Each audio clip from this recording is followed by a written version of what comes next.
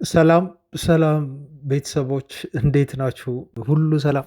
መቼስ ሰላም የለም እንደምትሉኝ ተስፋ አደርጋለሁ። ዩናይትድ በዛ መልኩ ተሸንፎ ሰላም ሊኖር አይችልም።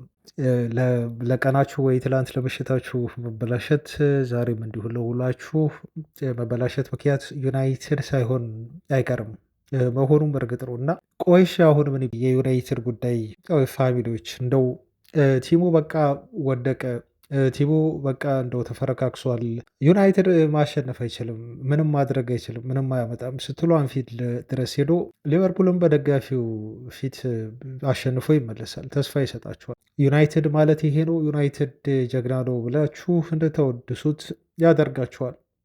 አለ ደግሞ ብላችሁ ስትሉት ስትጠብቁ ቲሙ በሁለት በሶስት ጎል ልዩነት ያሸንፋል ብላችሁ በጣም በጉጉት ስትጠብቁ ደግሞ ዩናይትድ እንደ ትላንቱ አንገታችሁን ያስደፋችኋል። በጣም የወረደ ክብር የሚነካ ቡድን ሆኖ ይታያቸዋል እና ይሄ አቋም የሌለው ማንቸስተር ዩናይትድ ለምንም ነገር ለመገመት የማይመች ማንቸስተር ዩናይትድ ትላንትም በተለመደው ባህሪው መጥቷል እና የሁላችሁንም የደጋፊዎችን ስሜት የጎዳ እና በጣም ያስደነገጠ ምሽት እንደሚሆን ትላንት መገመት ይችላሉ። እና ምን ይሻለዋል አሁንስ ዩናይትድ እንደው የትላንቱን ጨዋታ አሁን ብዙ ማውራትም ለማውራትም የሚመች አይደለም። ቤተሰቦች እንደ ቡድን የወደቅ ነው። እንደ ቡድን ከአሰልጣኙ ጀምሮ እስከ ግብ ጠባቂው እያንዳንዱ ተጫዋች ትላንት በፍጹም ጥሩ የሚነሳለት ነገር የለም ነበር። ማንቸስተር ዩናይትድ ትላንት ተፈረካክሷል። ትላንት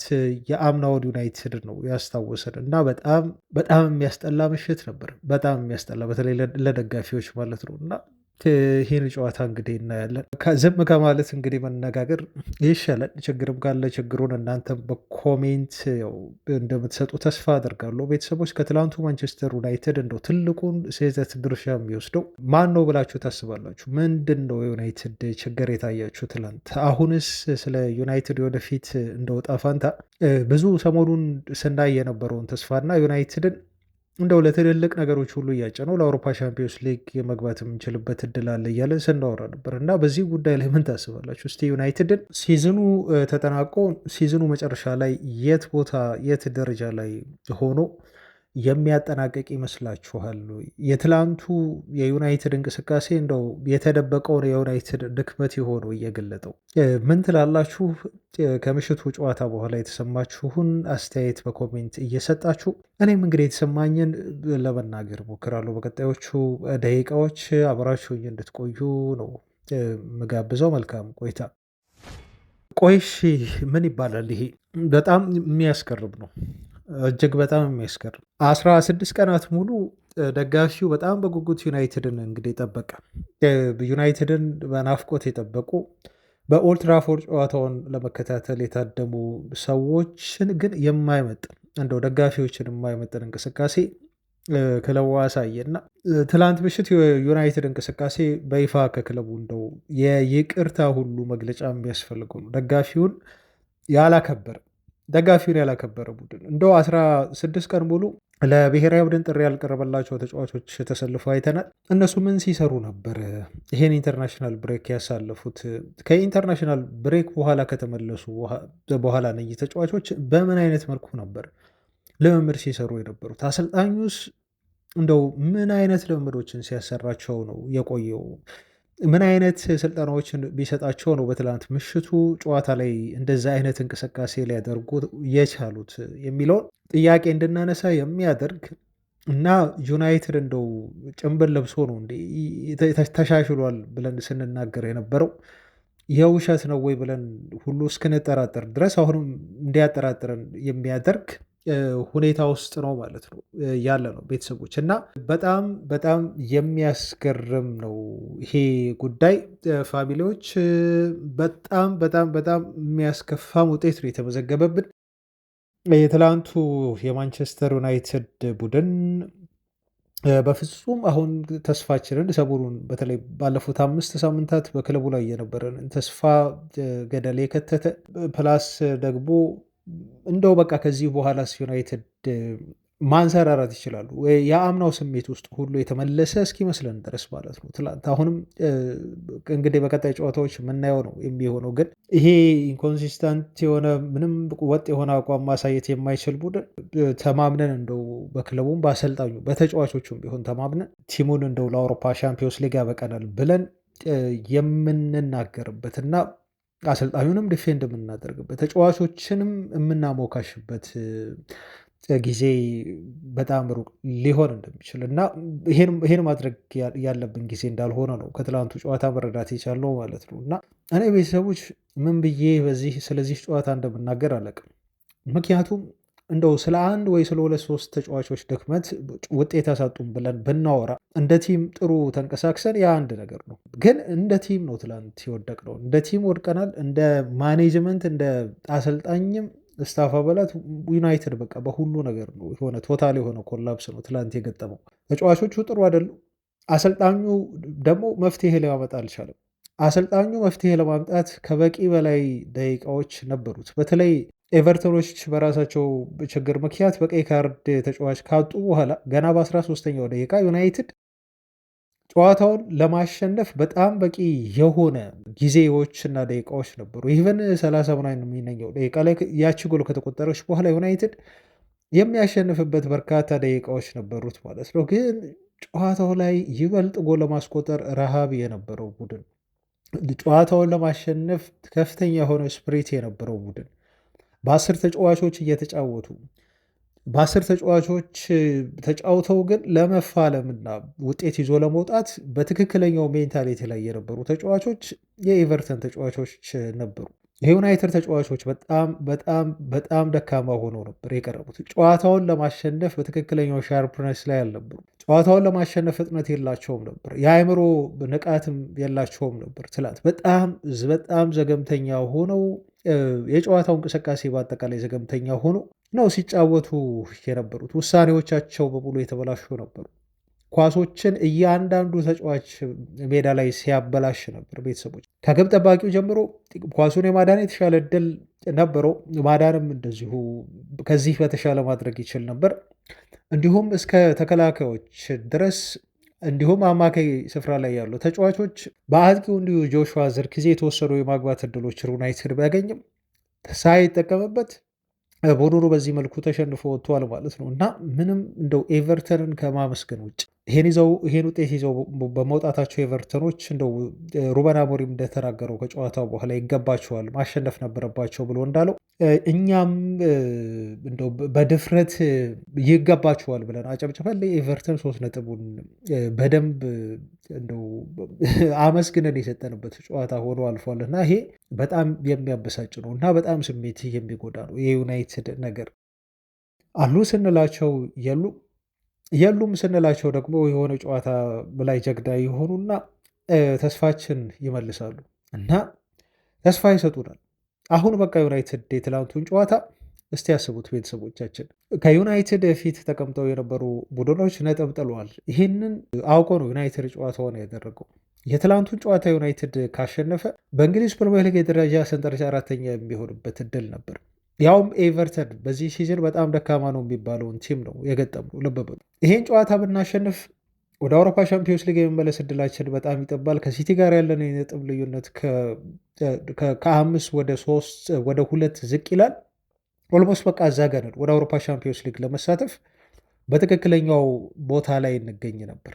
ነገር ግን ይሄን ሁሉ ውጤት አውቀው ይሄን ሁሉ የጨዋታውን የ3 ነጥቡን አስፈላጊነት አውቀው ግን በጨዋታው ላይ ያሳዩን ተነሳሽነት፣ በጨዋታው ላይ ያሳዩን ስፕሪት፣ በጨዋታው ላይ ያሳዩን መፍዘዝ እንዲሁም በጨዋታው ላይ ያሳዩን ውሳኔዎቻቸው በሚንቀሳቀሱበት ሰዓት የሚወስኗቸው ውሳኔዎች በሙሉ በጣም ግራ የሚያጋባ እንደ ቲም በአጠቃላይ እንደዚሁ የወደቅንበትና በጣም ከፍተኛ የሆነ ችግርና ማዕበል ምናልባት አሁንም ዩናይትድ ቤት ውስጥ ሊኖር እንደሚችል ያመላከተ ነው። እኔ የትላንቱ የዩናይትድ ውጤት ከውጤቱ በላይ እንቅስቃሴያቸው ግን በጣም አስፈሪ ነው እና ትልቅ የሆነ አላርም ይመስለኛል። ቤተሰቦች አሁንም ቡድን ውስጥ የሆነ ትልቅ መንፈስ አለ።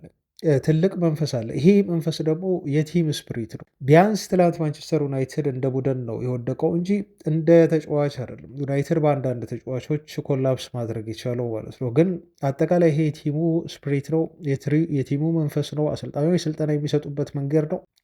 ከተጫዋቾችም ምናልባት ቅሬታ ጋር ሊያያዝ ይችላል። ትላንት በጣም ከአቅም በታች ነው የተጫወቱት ማለት ነው። ደጋፊውንም አይመጠን።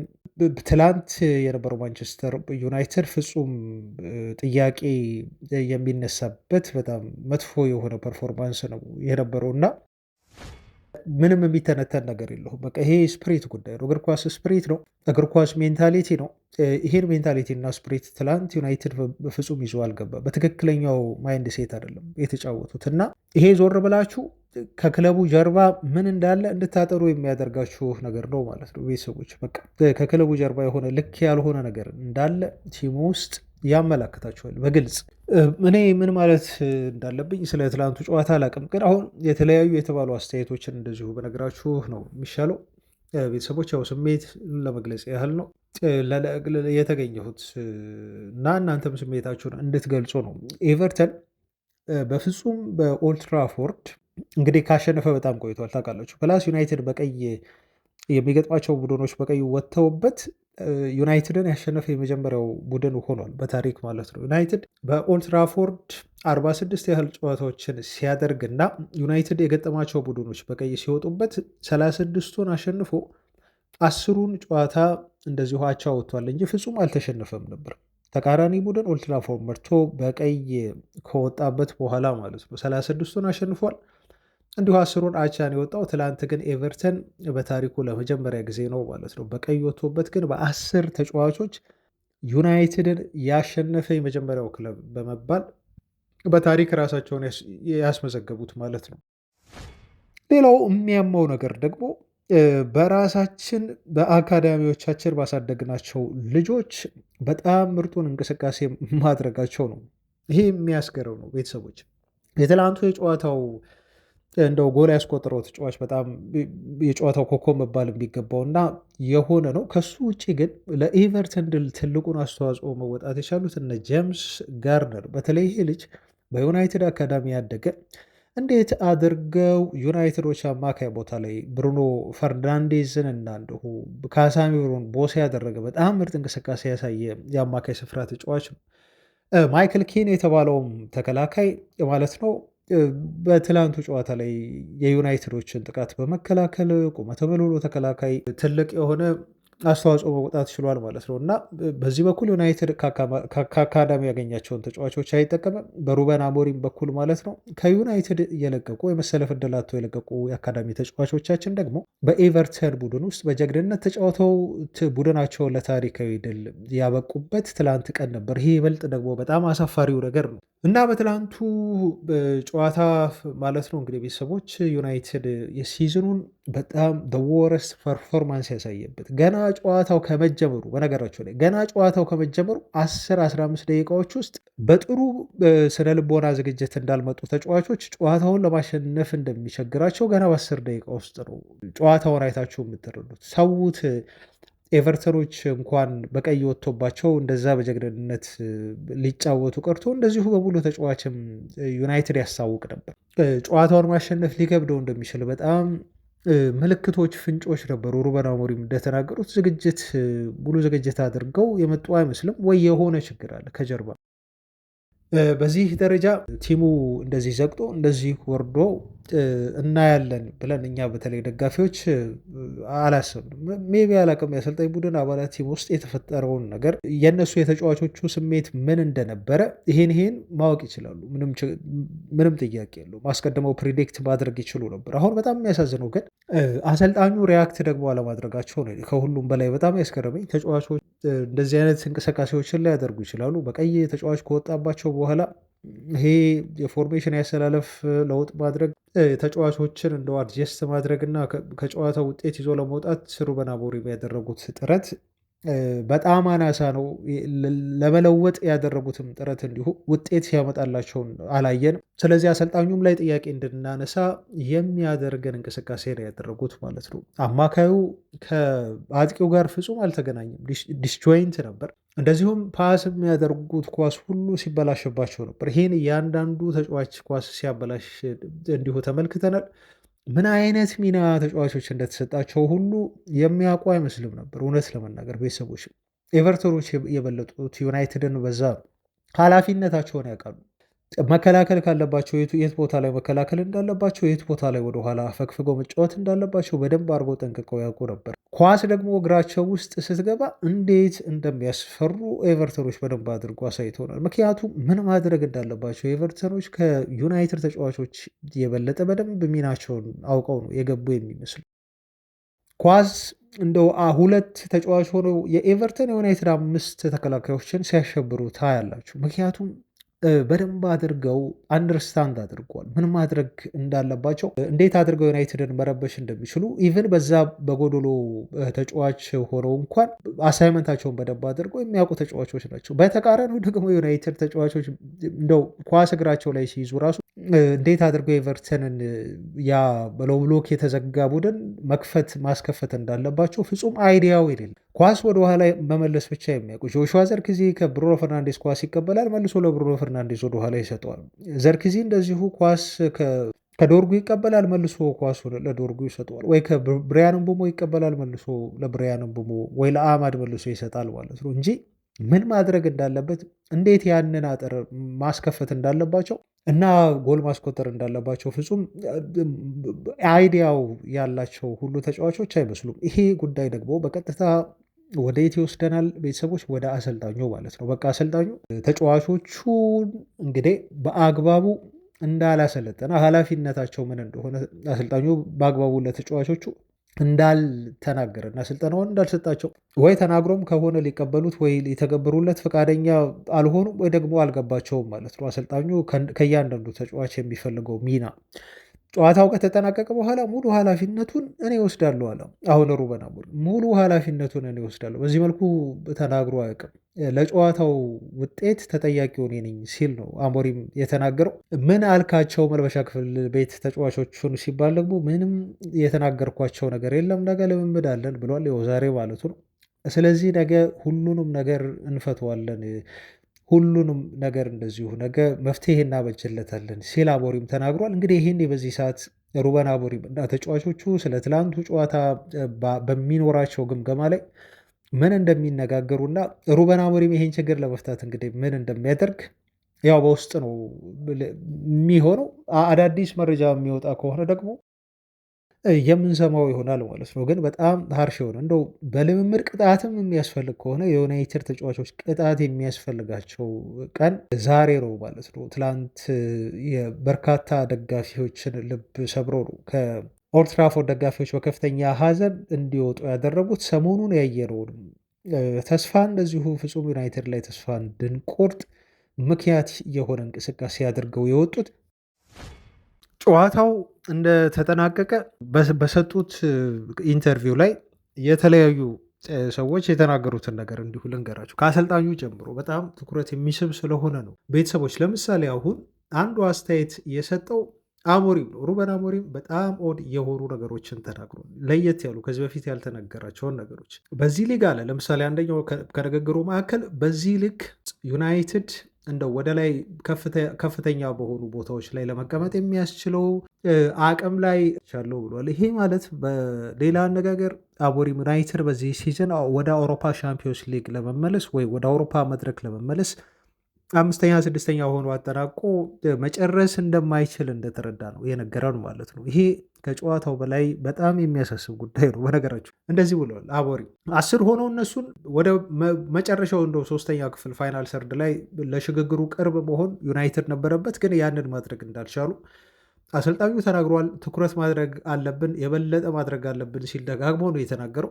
ከመጀመሪያዎቹ አለ እንዲሁም ከመጀመሪያዎቹ 10 ደቂቃዎች ጀምሮ በተመሳሳይ ጥንካሬ እንዳልሆነ በተመሳሳይ ጥንካሬ ላይ በተለይ እኔ ያስገረመኝ የአካል ብቃታቸው ነው ቤተሰቦቻችን። በጣም የዩናይትድ ተጫዋቾች ምን አይነት የአካል ብቃት ስራ ሲሰሩ እንደቆዩ ሳምንቱን ሙሉ ነው እኔ ሲገርመኝ የነበረው። ወይ 16 ቀን ወይ 2 ሳምንት በሙሉ ኤቨርተኖች በእያንዳንዷ ዶል ላይ የዩናይትድ ተጫዋቾችን ሲበልጧቸው ነበር። በታክል በቀላሉ ነበር በቃ የሚያሸንፏቸው ማለት ነው፣ የጋራ ግንኙነት ላይ ማለት ነው። እና ውጤቱ ሳይሆን የተጫወትንበት መንገድ በጣም በጣም በጣም ነው የሚያሳስበው ከምንም ነገር በላይ ማለት ነው። እና ኤቨርተኖች 11ም ተጫዋች ሆነው 10ም ተጫዋች ሆነው ከዩናይትድ የተሻለ ቡድን ነበሩ። ይሄ ነው የሚያስገርመው። 10ም 11ም ሆነው ማለት ነው በሁለቱም። እንደው ምናልባት ዩናይትድ ተጫዋች ቢጨምርለት እንኳን ጨዋታውን ያሸንፋል፣ እነሱ 10 ሆኑ እኛ 12 ሆኑ ዩናይትድ ያሸንፋል ብሎ በድፍረት መናገር የማንችልበት እንቅስቃሴ ነበር ሲያደርጉ የነበረው ማለት ነው። እንደ ቡድን ነው ኮላፕስ ሲያደርጉ። አንድ አሞሪም የተናገረው ነገር እና እኔም የምቀበለውን ነገር ደግሞ ልንገራችሁ። ምን አለ? ስለ ቀይ ካርዱ ተጠይቆ ቀይ ካርዱ መሰጠቱ አግባብ አልነበረም፣ እኔ በቀይ ካርዱ አልቀበልም ወይም አልስማማም ብሏል አሞሪም። ምክንያቱን ደግሞ ሲያስረዳ ምንድን ያለው የእኔ ተጫዋቾች እርስ በርስ እንደዚህ አይነት መጥፎ ፓሶችን ሲያደርጉ እርስ በርስ ቢጣሉ ደስ ይለኝ ነበር ተጫዋቾቼ ሲል ሩበን በተለየ መልኩ ሁኔታውን እንደማያይና በቀይ ካርዱ ውሳኔ እንደማይስማማ አስተያየቱን ሰጥቷል። የኔ እግር ኳስ ተጫዋቾች አለ ኳስ እንዲሁ ሲበላሽባቸው ወይ ኳስ ሲያመልጣቸው እርስ በርስ እንዲደባደቡ ተስፋ አደርጋለሁ ብሎ ነው የተናገረው። ምክንያቱም ይሄ ጥሩ ስሜት እንጂ መጥፎ ነገር አይደለም ብሏል። አሁን አያችሁ ምን ለማለት እንደፈለገ። እንደዛ የዩናይትድ ተጫዋቾች ኳስ ያበላሹ ማነው ተጫዋቹ ላይ ኳስ ያበላሸው ተጫዋቾች ላይ ሲጮህ ወይንም ሲቆጣ የተመለከታችሁት? ማንም። ምክንያቱም ሁሉም ሶፍት ነው። በቃ አንድ ተጫዋች ኳስ አበላሸ፣ እሱም በቀጣይ ሊያበላሽ ይችላል ሌላ ኳስ። ስለዚህ ማንም ማንንም አይናገርም ማለት ነው። ይሄ እኔ ከዚህ በፊት ሮይኪን ያለውን ነገር ያስታውሰኛል ማለት ነው። ስለ ቤንጃሚን ሴስኮ ሲያወራ ተጫዋቾች አለ አጥቂም ሆኑ እንደው የአማካይ ስፍራ ተጫዋቾች ኳስ ያለ አግባብ አንድ ተጫዋች እግሩ ላይ ሲያቆይ መጮህ መቻል አለበት። አቀብለኝ ብሎ ፕሬዠር ማሳደር አለበት። መጮህ በቃ እረፍት እንደው ሊሰጠው አይገባ፣ ማንቃት አለበት። እንደዚህ ማይል ከሆነ ተጫዋቾች በጣም ይፈዛሉ ብሎ ተናግሮ ነበር። ስለ ሼሽኮ ሲያወራ ነው እና ስለ ዩናይትድ አማካይ ክፍል ተጫዋቾች ሲያወራ ማለት ነው። እና አስባጅቷል። አሁን ሮይኪን እንኳን ጨዋታ እንደዚህ ኳስ ፓስ ስታደርጉ አበላሽታችሁ ቀርቶ እንደዚሁም በኖርማል እንኳን የማይረቡ ድሪብሊንጎችን ስታደርጉ ይቆጣችኋል። ሜዳ ላይ ወይ በጣም ስትፈዙ ወይ ኳስ በጣም ስታዘገዩ ይቆጣል። በቃ መቆጣት አለበት ብሎ ነው የሚያስበው። አሁን እኔ ዩናይትድ ቤት አጣሁት ያለው ነገር ይሄ ነው። አሁንም ሩበን አሞሪም ትላንት እንደተናገረው የኤቨርተን ተጫዋቾች ያሳዩት ባህሪ በእኔ በዩናይትድ ተጫዋቾች ውስጥ ቢሆን ኖሮ በጣም ደስተኛ ነኝ ሲል የተናገረው። ይህም ቲሙ ምን አይነት ስፕሪት ውስጥ እንዳለ፣ ምን አይነት በጣም ደካማ የሆነ ሜንታሊቲ ውስጥ እንዳለ በግልጽ እያሳየ ነው ማለት ነው። እሱም ንግግር ትላንት ቤት አዘብረው ዩናይትድ ያን እንዲያሳየ ነው። ኤቭሪባዲ ኳስ ያበላሻል፣ ግን ማንም አባከና የሚል የለም። ምንም ማንም ተጫዋች ማንንም ሲወቅስ አትመለከቱ፣ ሲነጫነጭበት ወይንም ደግሞ ሲቆጣው አታየውም ማለት ነው። በቃ ኳስ ይበላሻሉ፣ ሁሉም ሚስፕሌስ የሆኑ ፓሶችን ያደርጋሉ። በቃ የተሶኬ ይታለፋል ማለት ነው። እና ይሄ ከትላንቱ ጨዋታ በኋላ ከተናገራቸው ንግግሮች በጣም ያስገረሙኝ አንዳንዶቹ ትክክለኛ እንዲሁም ሃርሽ ናቸው በጣም። ጋሪ ኔቭል ደግሞ ምንም ኤክስኪውዝ አያስፈልገውም ብሏል። ይሄ ይቅርታ የሚያስፈልገው ፐርፎርማንስ አይደለም ብሏል። እና ምንም አይነት ምክንያት መስማት አልፈልግም፣ እንደው የጉዳት ምክንያትም ቢሆን አለ። እሱ ማቲያስ ኩኛ አለ ማለት ነው። ኩኛን ዩናይትድ ትላንት ሚስ አድርጎታል። ኩኛ ያስፈልግ ነበር ይህን የተቆላለፈ ኤቨርተን ቲም ለመክፈት ተብሎ መነገሩን ተከትሎ ነው እንደዚህ የሚለው። ኤቨርተኖች ዩናይትድን ቶታሊ እንደው ዶሚኔት አድርገው በልጠው ተጫውተዋል እና ዩናይትድን የበለጡት ደግሞ በሁለት ምክንያት ነው ብሏል። በጎዶሎም ሆኖ ሙሉም ሆኖ ብሏል። እሱ አንደኛው ስፕሪት ነው፣ ሁለተኛው ደግሞ ማይንድ ሴት ብሎታል ማለት ነው። እና እኔም ለትላንቱ ሽንፈታችን በትልቁ ማነሳው ሁለቱን ጉዳዮች ነው። በቃ ቤተሰቦች ስፕሪቱ እነሱ ጋር አለ፣ የማሸነፍ ፍላጎቱ አለ፣ ረሃቡ አለ ትላንት ፕላስ ደግሞ ከዚህ ጨዋታ ውጤት ይዘን እንወጣለን የሚል በጣም ጥሩ የሆነ ማይንድ ሴታፕ ነበራቸው። ከትላንቱ ጨዋታ ኤቨርተን ይሄንን ነው ያሳየን ማለት ነው። በዛ ምክንያት ነው ይዘው የወጡት። ይሄ የማይንድ ሴት ጉዳይ ካልሆነ ትረስት ቤተሰቦች እመኑኝ፣ እግር ኳስ ብዙ ጊዜ እንደው አብላጫው ሰው ስለ ፎርሜሽን ያወራል፣ ስለ ታክቲክ እንደዚሁ ያወራል፣ ስለ ሲስተም እንዲህ ብላ ብላ ይላቸዋል። እና እግር ኳስ 12-10 በሆነ ብትገባ በትክክለኛው ማይንድ ሴት እና እንደው በስፕሪት የማትጫወት ከሆነ ትሸነፋል። በቃ የትላንቱ ዩናይትድ ማለት ያ ነው። ዩናይትድ አንድ ተጫዋች ቢጨምርለትም ማሸነፉን እርግጠኛ አይደለሁም። ተጨማሪ ሌላ ኤክስትራ 12 ለ10 እንኳን ቢጫወቱ ቤተሰቦቻችን ኤቨርተን ትላንት በነበረው ስፕሪት አንድ ተጫዋች እንኳን ብትቀንሱባቸው ከመሃላቸው እንደዛ ብለው ብሎክ ጥቅጥቅ ብለው ተጫወተው እናንተ ኳስ ስትይዙ በካውንተር ደግሞ እናንተ 5 ሆናችሁ እነሱ 2 ሆነው ደግሞ ሊያስጨንቋችሁ ይችላሉ ማለት ነው። ሶ ለዚህ ነው እኔ አብዛኛው ጊዜ እግር ኳስ እንደው ብዙ ፐርሰንቱን የሚይዘው ድል ለማድረግ ስፕሪት ነው እና ማይንድ ሴት ጠንካራ የሆነ ሜንታሊቲ ነው ለእግር ኳስ ውጤታማነት የሚያበቃው ብዬ ማምነው ማለት ነው። እና ትላንት እሱን በትክክል እንደው ቁልጭ ብሎ ያየሁበትና ይህን ያረጋግጥኩበት ነው። እግር ኳስ ስፕሪት ነው። እግር ኳስ ማይንድ ሴት ነው።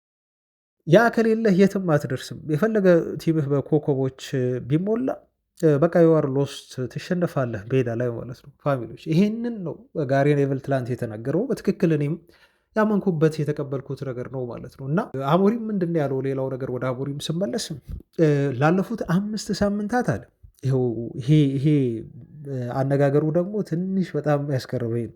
ላለፉት 5 ዓመታት ሁሉም ሰው እንዴት ዩናይትድ ኢቮልቭ እንዳደረገ እንዴት ዩናይትድ እንደተቀየረ ሲያወራ ነበር አለ። ነገር ግን እኔ ሁል ጊዜም ቢሆን አንድ ነገር ስናገር ነበር። እሱም ንግግሬ እኛ መድረስ ባለብን ሌቭል ላይ አልደረስንም፣ ገና ነን።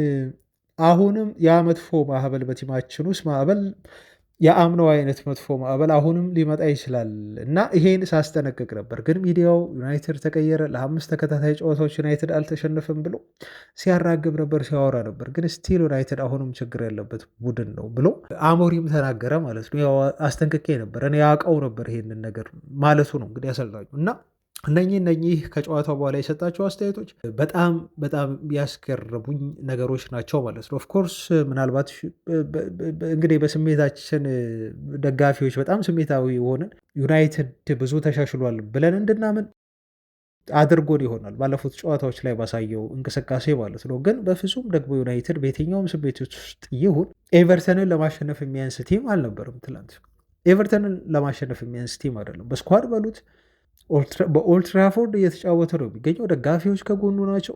ውጤት ሰምቶ ነው የገባው። ወደ አውሮፓ ሻምፒዮንስ ሊግ ለመግባት ነው የሚጫወተው።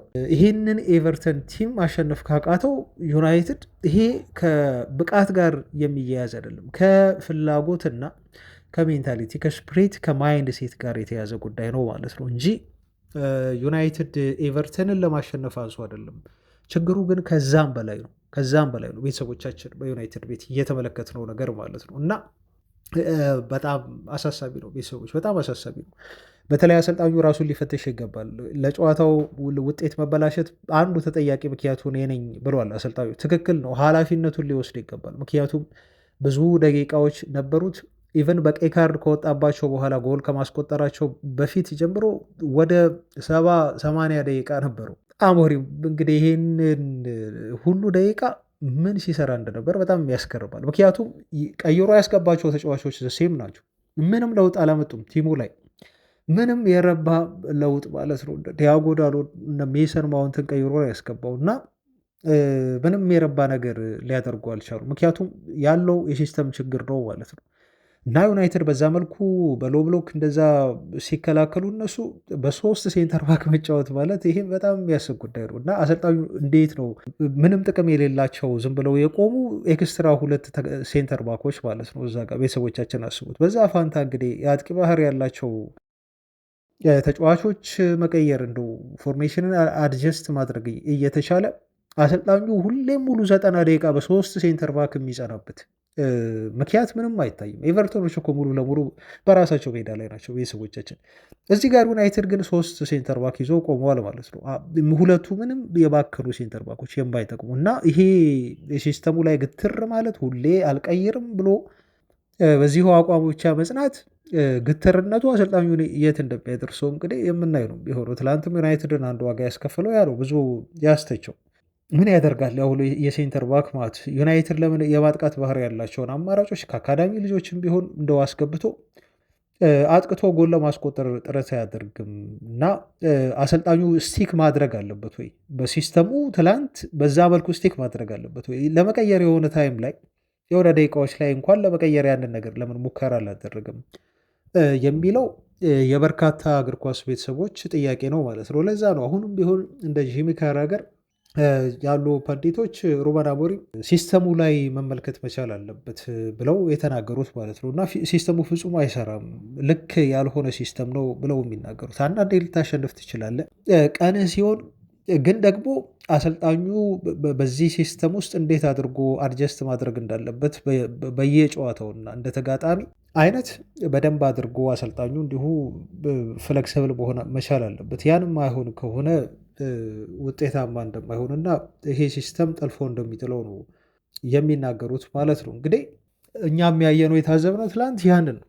ቤተሰቦች ያንን ነው የታዘብነው። እስከ መቼ ድረስ ክትር እንደሚሆን፣ እስከ መቼ ድረስ ዩናይትድ እንዲህ እየተመራ በጎዶሎ ተጫዋች በሶስት ሴንተር ባክ ኋላ ላይ እንደሚከላከል አናቅም። እንግዲህ ሰውየው አሁን በዚህም ሊቀጥል ይችላል ማለት ነው እና በጣም ኮንፊውዝ የሆነ ቲም፣ በጣም ኔጌቲቭ የሆነ ቲም እና በጣም ደግሞ እንደው ምን ሲሰሩ ነው እነኚህ ተጫዋቾች 16 ቀናት ሁሉ 2 ሳምንታት ሙሉ ምን ሲሰሩ ውለዋል ብለን እንድንጠራጠር የሚያደርግ እንቅስቃሴ ማለት ነው። በጣም ስሎ ነበሩ ሲንቀሳቀሱ፣ ሮቦቲክ ነበሩ። እንደው የሆነ እየተሳቡ ነበር የሚጫወቱት። በጣም ሮቦቲክ ቢውልዳፑን ሲያደርጉ አያፈጥኑትም። ምንም አይነት እርጀንሲ የለውም። ዩናይትድ እርጀንሲ የለውም። ኤቨርተን ጋር ነበር እርጀንሲ የምናየው። በሚያገኙት እያንዳንዱ ኳስ ላይ ምን ማድረግ እንዳለባቸው ቀድመው ያውቃሉ እና ጎል ለማስቆጠር በጣም እርጀንሲ ነበራቸው ማለት ነው። አላማ ያለው ቡድን ይመስሉ ነበር። እኛ ፕሮፖዝ የለንም ነበር ማለት ነው። ዩናይትድ ዝም ብለን ሳይድዌይ ፓስ ነበር ስናደርግ የነበረው፣ የጎንዮሽ ፓሶችን ብቻ እንዴት አድርገን እንስበር። ምክንያቱም ስልጠና አግባብ የሆነ ስልጠና አልተሰጣቸውም ተጫዋቾቹ ማለት ነው እና በትላንቱ ጨዋታ ላይ እንደው ሁሉንም ተጫዋቾች መርገጥ ካለብን ትላንት ነው የምንረግጠው እና ማንም አንድ የረባ እንቅስቃሴ ማድረግ አልቻለም። ዶርጎ ብኩን ነበር። እሱ ብቻ አይደለም፣ ማዝራዊ የዩናይትድ ሁለት ፍላንኮች ትላንት ምንም ነገር ለዩናይትድ መፈየድ አልቻሉም። ፕላስ ዘርክዚ በጣም ስሎ የሆነ ተጫዋች ነው። እንደው ትላንት ያስገረመኝ ነገር አንድ ነገር ልንገራችሁ። ከዚህ በፊት ቤንጃሚን ሼሽኮ ሜዳ ላይ ሆኖ በተሰለፈበት ሰዓት የዩናይትድ ተጫዋቾች ፔናልቲ ዛች ፋይናል ሰርድ ውስጥ ኳስ ክሮስ አያደርጉም። ትላንት 20 እና ከዛ በላይ ኳሶችን ነበር ክሮስ ያደረጉት። ሀገር ማ በተሰለፈበት ቀን፣ ዘርክዚ በተሰለፈበት ቀን ማለት ነው። አስባችሁታል? አሁን የትላንቱ እነኛ ክሮስ ሲደረጉ ፔናልቲ ቀጠና ውስጥ ሲጣሉ የነበሩ ኳሶች ሼሽኮ ባለ ሰዓት ደግሞ እንደዚህ አይጣሉም ነበሩ ብላችሁ እንድጠይቁ ያደርጋቸዋል። ለዘርክዚ ግን እንደዛ አይነት ኳሶች ሲጣሉለት ነበር። ዘርክዚ አንድ ሁለት ኳሶችን እንደው በጭንቅላት ገጭቶ የማስቆጠር እድል ነበረው፣ ግን አልተጠቀመባቸውም ማለት ነው እና ይሄም ተጫዋች ዝግጁ እንዳልነበረ ሩበን አሞሪም ተጫዋቹን ለምን እንዳስቀምጠው በትናንቱ ጨዋታ ላይ ያሳየበት ነው ማለት ነው እና በጣም በጣም ደካማ የሆነ ዘርክዚ ነበረ። እኔ ማዝራዊም ተመሳሳይ ነው። ሁለቱም የዩናይትድ ፍላንኮች እንደዚሁ ዊንግ ባኮች ተመሳሳይ እንቅስቃሴ ያሳዩን። አማካዩ እንደዚሁ ከአጥቂው ጋር ፍጹም አልተግባባም። ተሰብሮ ነበር መሀላቸው ማለት ነው። የፋይት የማድረግ መንፈስም የለውም ነበር አማካይ ክፍሉ። ለዛ ነው በነ ጋርነር በቅርቡ የዩናይትድ የአካዳሚ ውጤት እንዲሁ የተበለጠው ማለት ነው። ሊደርሺፕ የለውም ነበር ዩናይትድ፣ አግሬሽን የለውም ነበር እና ምንም አይነት ኮንቪክሽን አልነበረውም ዩናይትድ እና ይሄ ደግሞ በፍጹም ተቀባይነት የሌለው ነው ማለት ነው። ትላንት ዩናይትድ የተጫወተበት መንገድ በተለይ አማካይ ክፍሉ እንደዚሁ አጥቂው ሁሉም ቦታ ላይ እንደው ዩናይትድ ሎስ የሆነበት ነበር ማለት ነው እና በጣም ያስጠላል ቤተሰቦች፣ በጣም ያስጠላል። እንግዲህ በዚህ መልኩ የጨዋታውን ሁኔታ እንደው ያለንን ነገር እንተንፍስ ብለን ይኸው ተገኝተናል። ቤተሰቦቼ እኔ ከዚህ በላይ የላችሁም አልችልም። እስካሁንም ያልኩት ነገር እንደው ስሜትን መግለጽ ላይ ብቻ ነው ያወራ ነው ማለት ነው እና አም ሶሪ እኔ ያዝናለሁ። 15 ቀን ሙሉ ዩናይትድን ጠብቀን በጉጉት ሲባል ደግሞ እኮ በታላቅ ተስፋ ነው። ዩናይትድ በጣም ተስፋ ሰጥቶን ነበር። በዚህ ተስፋ ላይ ደግሞ ምን ተጨመረ? ቲሞች ነጥብ ጣሉልን። ሲጥሉልን ቶፕ ፎር እንመለሳለን ይሄን ጨዋታ አሸንፈን ብለን ሁላችንም ትላንት እርግጠኛ ነበር። የትላንት ቪዲዮ ላይ የሰጣችሁትን ኮሜንት እንዲሁ ሳይ ነበር በጣም እርግጠኛ ነበር ሁላችንም። ታዲያ ይሄንን ዩናይትድ አሁን እኔ የምነግራችሁ ነገር በመጨረሻ ቤተሰቦች ማመን እናቁም። እንደ ቡድን ዩናይትድን እንከተል። ዩናይትድን አሁንም መከታተል አናቆምም። ዩናይትድን መደገፍ አናቆምም። ሁሉንም ነገር ዩናይትድን ጉዳይ እንከታተላለን፣ ጨዋታውን እናያለን። ግን ዩናይትድን መገመት በጣም ከባድ የሆነ ቡድን እንደሆነ ኮንሲስተንሲ የሌለው ቡድን እንደሆነ አምነን መቀበል መቻል አለብን። አለበለዛ ይጎዳናል። ይሄ ዩናይትድ ማለት ነው በደንብ ነው እንደሚጎዳን መተማመን እንደማንችል እና ኤክስፔክቴሽናችንን እንደው ዝቅ ማድረግ እንዳለብን ነው የሚሰማኝ። እኔ ቤተሰቦች አላቅም እናንተ ምን እንደተሰማችሁ ብቻ እኔ እዚህ ጋር የብቃኝ። ፋሚሊዎች ሰላም ሁኑ ባይ